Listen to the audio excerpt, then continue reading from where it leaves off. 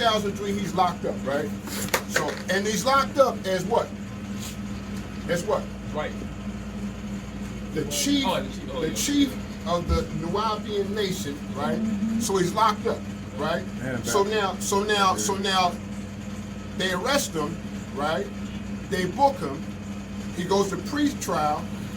He goes to the bond hearing, and he goes all the way through that, and he never once said, "I'm a diplomat from Ghana, right? And I got special privileges." He never said that one time.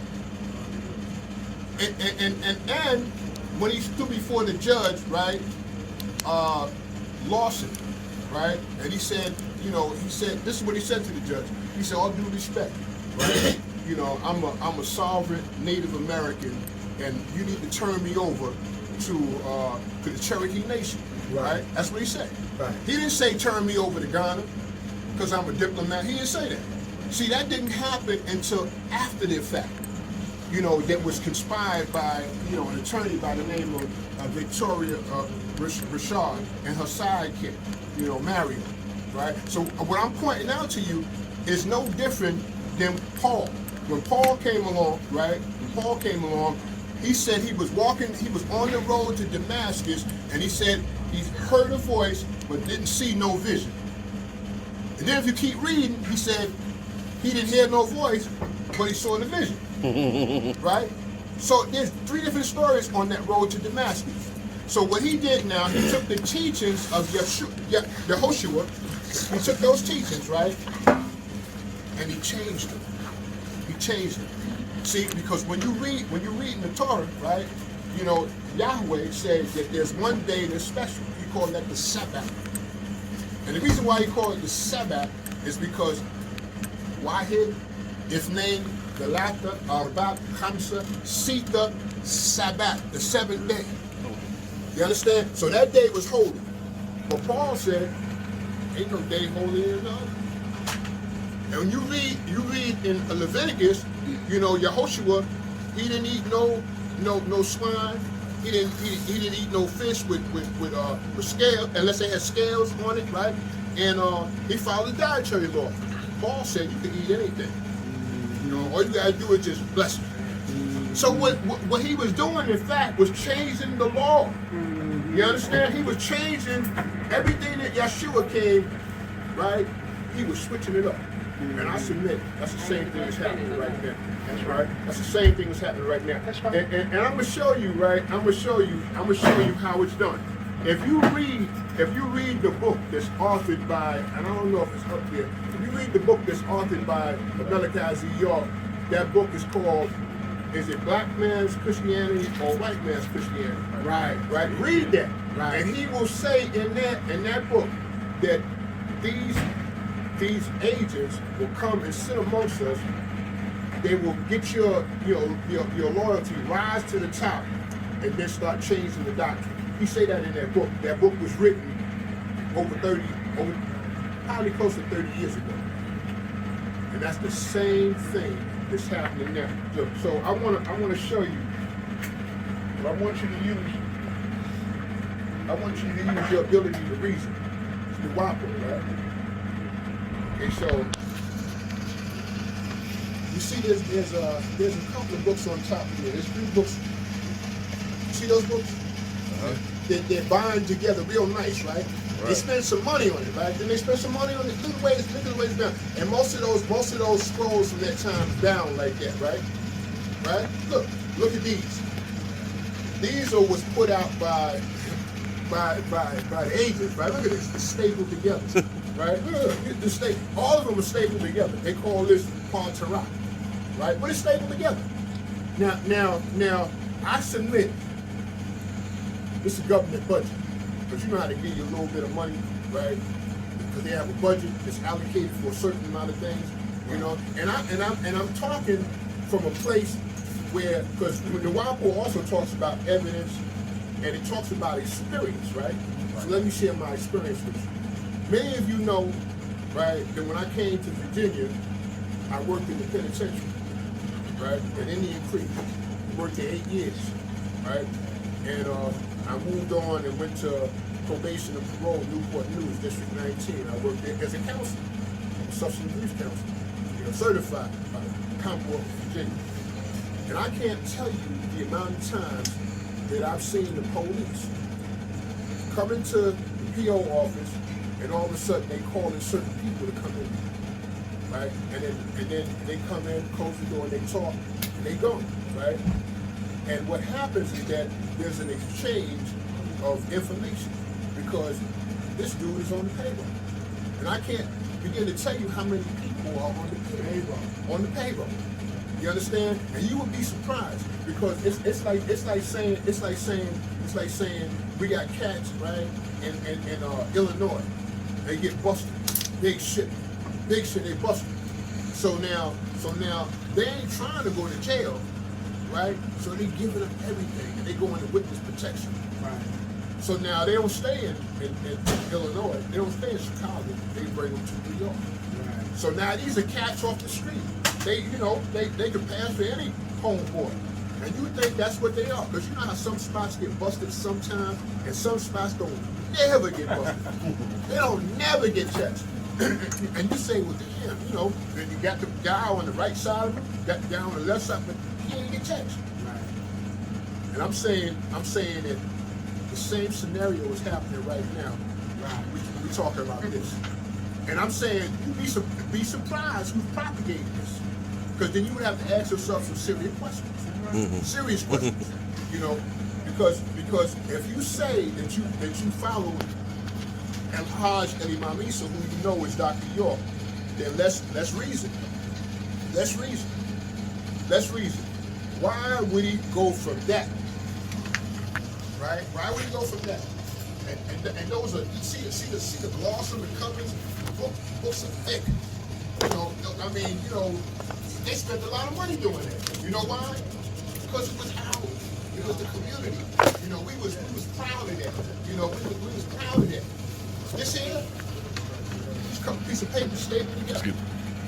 Stapled together. Now here's what they say. Listen to what they say.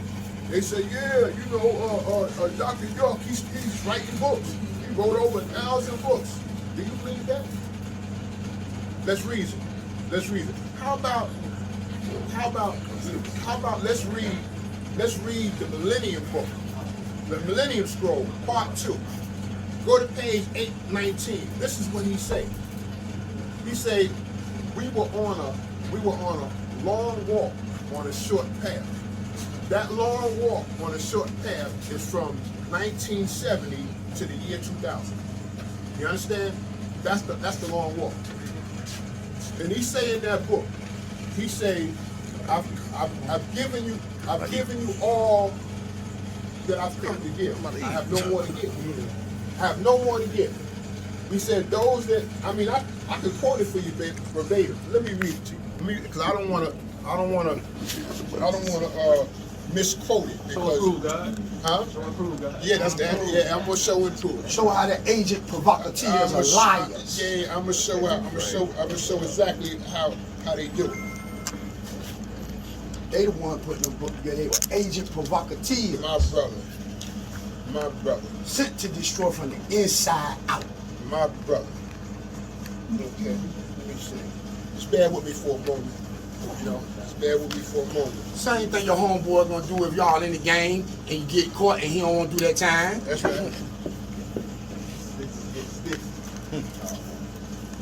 Okay, this is what he said. You under this, son. This is what he said. Now you can go pick up a Millennium Scroll, right? You can if you go to the website, right? Nuwaubian Nation of Moors, the Cretan Nation, and you can go on that website and you can pick up this scroll. And this is what he said.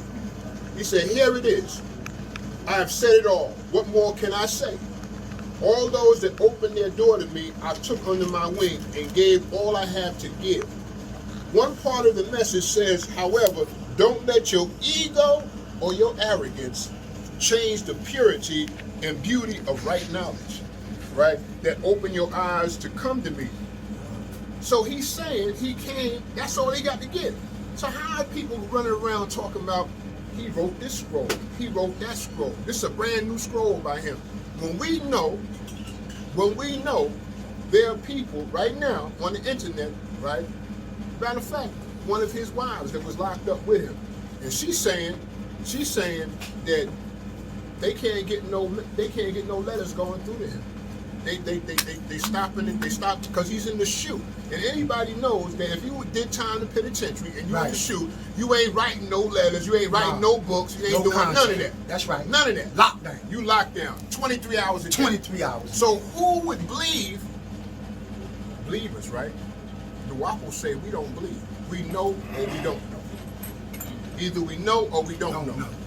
Right? Because knowledge, the first 4 letters in knowledge is what? No. Is no. You understand? So now belief, right, is about dealing with, religion. I could believe anything and be 100% wrong. I could believe there's a guy right outside this door right now. He got a white jumpsuit on, he got a red hat, and I could believe it all day long, right? Until I get up, go outside and look, and there ain't nobody out there. I move from belief to knowing. That's right. And the WAP will talk about, science of sound right reasoning, right? Evidence, data. Be aware of people who say, well, he came visiting me in a dream. That ain't the WAPO. How he visit you in a dream? How can we verify that? No, you gotta show and prove. You gotta show and prove. That's right. You might have been smoking some sticky icky. Yeah. You know what I mean? You might, because when you're smoking, that smoke affect the prefrontal cortex of the brain. And the prefrontal cortex is responsible for decision making, judgment, and guess what? Reasoning. You understand? So now I could smoke some shrooms and tell you, damn, I just smoked the Ronald Reagan. You know what I mean? And he told me XYZ. So so what we do, right? What we do is we expose the truth, and we tell the truth. And just like a lie cannot exist in the light of exposure, it's like Dracula, it loses power in light. You understand? So that's what we do. Now, and I'm saying this to say this, right? I'm saying all that to say this, right? There are those of us that have been watching for years from the background. We've been watching. And we observe because we know we teach from mouth to ear. From mouth to ear. And right now, we in exile as a family. We in exile. So, because, truth be told, you can't hit a moving target. So it's not where, you can point. So that's where they are right there. No, but there's a bunch of us. Because believe and trust me. No, I don't want you to believe. I don't want you to believe. I want you to believe. I want you to come sit with me. Let's sup and break bread, and then you'll discover there's some things that are really happening that's amazing. Because those seeds that Malachi York planted, right? They're not going nowhere, and they're gonna come to fruition whether he's present or not. Because one of the things he taught us, and I know, and when I say taught us, let me qualify myself for a moment. Let me qualify. Because you hear brothers say, well, the old man this, the old man that. I say, well, have you ever met the old man? Have you ever met him? Have you ever sat down and had a conversation with him? So let me qualify myself, right? I met Malachi York in probably 1973, right? And how I met him was real strange, real strange. See, back in that time, I was going to the disco. I was disco, and I was a hustler. I do the hustle, Latin hustle. So I was going down to 717 Bushwick Avenue, where they was holding language classes and they was holding doctrine classes. You know what I mean? For the outside. Not for the community. For the because I lived on the outside. Right. So I would go down there to the doctrine class, to the language class, and the person who taught that class is still with us, Ishmael Wood. Ishmael Wood, and he's one of the elders that we have constant communication with. But anyway, so I go down to the class one Thursday night, and I leave after class over 9 o'clock. So I call my hustle partner up. I want to go out dancing. So now, I didn't really have that much money, so whenever I didn't have money, I would go to this club called the Club La Montanique. It's the first disco in Manhattan, first discotheque in Manhattan. And I worked there. My brother was the DJ there. So we go in there, it's on 57th Street, and we get off the train at 52nd and 6th, and we walking up to the club. So when I get to the corner, I look across the street, the club is right there, right? But I see guys in suits standing in front of the club. And I'm saying it's kind of peculiar because the club ain't open yet. So as the closer I get to going across the street, I'm looking at these cats and I'm saying to myself, damn, these guys look like the same guys that was in the white sheets propagating the pamphlets. I'm looking, I'm saying, oh man. So one of the brothers, as I'm going down, he said, don't get no drink at the bar. So I'm looking at him, I'm like, yeah, okay. So I'm confused. So he said, don't get no drink. I'm saying to myself, well, what is he doing here? You know, he's supposed to be out there, you know, because he's perpetrating a fraud. So I'm thinking. I go downstairs, and so now when I go downstairs, I come in, and you know, they used to have the curtains. You know, when you pay your money, the curtain is closed, so you can't see the size of the crowd. When the crowd get going, they would open the curtain. Right. So I had to come through the curtain, me and the sister. She looking at me because you know, I'm messed up now. I'm seeing all these brothers I see in the sheets. I see them in suits. So as I come through, right, I see El Hajj El Imam Isa, but he got a suit on. I'm really messed up now. I'm like, yo, this dude he's a phony. I'm saying to myself. So he saw my face that I'm messed up. So me and the sister go down. She trying to figure out what's going on. I said, I'll tell you in a minute. So he comes over to the table, and he explains to us what he doing in there, because he had a group called Passion, and they were going around different locations. He said if Martin Luther King had a voice, he would have been able to attract more people to his mission. Right. So he had a voice. He said he discovered his voice when he went to Egypt. So long story short, right, that night, before they performed, Passion was there that night to perform. I'm with you. Okay, so, but in the meantime, me and my partner, we hustling. We on the floor hustling, we turning it out. So the next day was Juma. I go to Juma, and after Juma, his chauffeur, Wally, comes to me and say, old man want to see you in the studio. I said to myself, they got a studio? So I go to the studio, right? And so he asked me if I wanted to choreograph for the group Passion. Now, mind you, at the time that he asked me that, the group consisted of a guy by the name of Wendell Sawyer. Wendell Sawyer was an ex-member of Blue Magic, who eventually went back to sing with Blue Magic. You understand? So I choreographed and I did the special effect lighting. And what that meant was that, you know, I was able to move into the community, but at the same time, right, I was a part of the Passion family. And what we did was, you know, we had a little clique that would go up his house every night for rehearsal. So we were getting things that the community didn't get.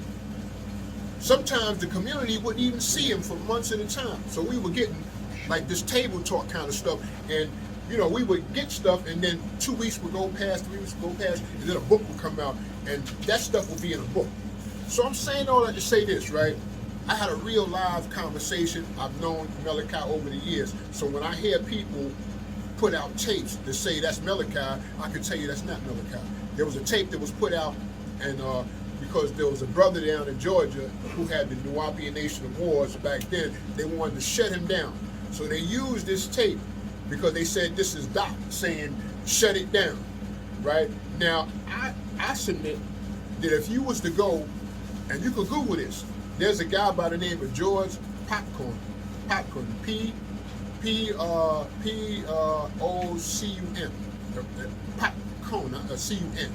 And he was the inventor of a morphing technology where he could hear your voice, right?